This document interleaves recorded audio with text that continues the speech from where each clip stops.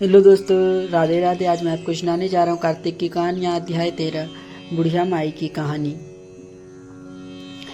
एक बुढ़िया माई थी जो चातुर्मास में पुष्कर स्नान किया करती थी। उसके एक बेटा और बहू थी। सास ने बहू को सैगार उपवास में खाने योग्य बनाने को कहा तो बहू जमीन के पापड़े बांध दिए। बेटा माँ को पुष्कर पहुंचाने के लिए पुष्कर गया। बेटा रास्ते में माँ से बोला, माँ सैगार कर ले। जहाँ पानी मिला वहीं सैगार करने बैठ गए तो पापड़े फलार बन गए। पुष्कर में माँ रहने के लिए झोपड़े बनाकर बेटा वापस आ गए। रात्रि में सारवन मास आया और बोला, बुढ़िया माई दरवाजा खोल। तब बुढ़िया माई ने पूछा, तू कौन? मैं सारवन। बुढ़िया ने तुरंत दरवाजा खोल दिया। बुढ़िया ने शिव पार्वती की पूजा अर्चना की, बेलपत्र से अभिषेक किया। जाते समय सारवन ने झोपड़ी के लात मारी। झोपड़ी की एक दीवार सोने की हो गई।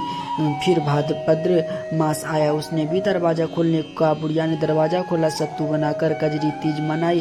भाद्रपद भी लात मार कर गई तो दूसरी दीवार हीरे की हो गई। उसके बाद आश्विन मास आया और उसने भी दरवाजा खोलने को कहा।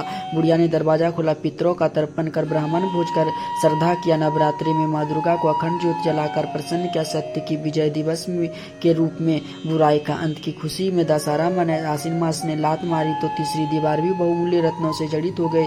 इन सबके बाद कार्तिक मास आया, उसने भी दरवाजा खोलने को कहा। बुढ़िया ने दरवाजा खोला, अति प्रसन्न मन से कार्तिक का स्नान किया।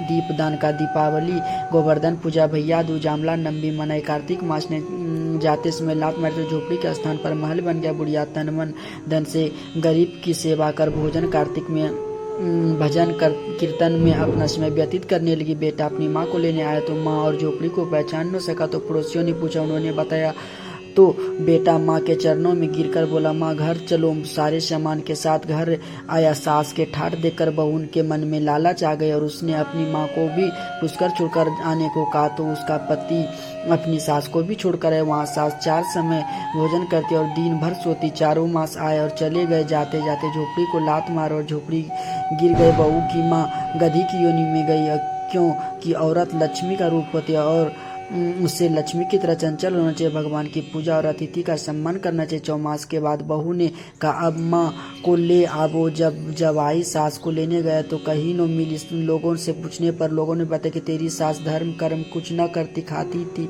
और सोती, जिससे वह गधी बन गई। जब आई गधी सास को बांध कर ले आया। उसकी पत्नी ने पूछा, मेरी माँ कहाँ है? तब पति ने कहा, तेरी लालच की वजह से तेरी माँ गधी बन गई। बेटे बड़े विद्वान ब्राह्मण ऋषि मुनियों से पूछने पर उन्होंने बताया कि तेरी सास ने के स्नान किए पानी से स्नान करने पर उसे मनुष्य योनि मिलेगी। तब बहू ने ऐसा ही किया और उसकी माँ पुनः मनुष्य योनि में आ गई। जय जय श्री राधे। दोस्तों, कैसी लगी ये कथा जरूर बताइएगा। हर हर महादेव।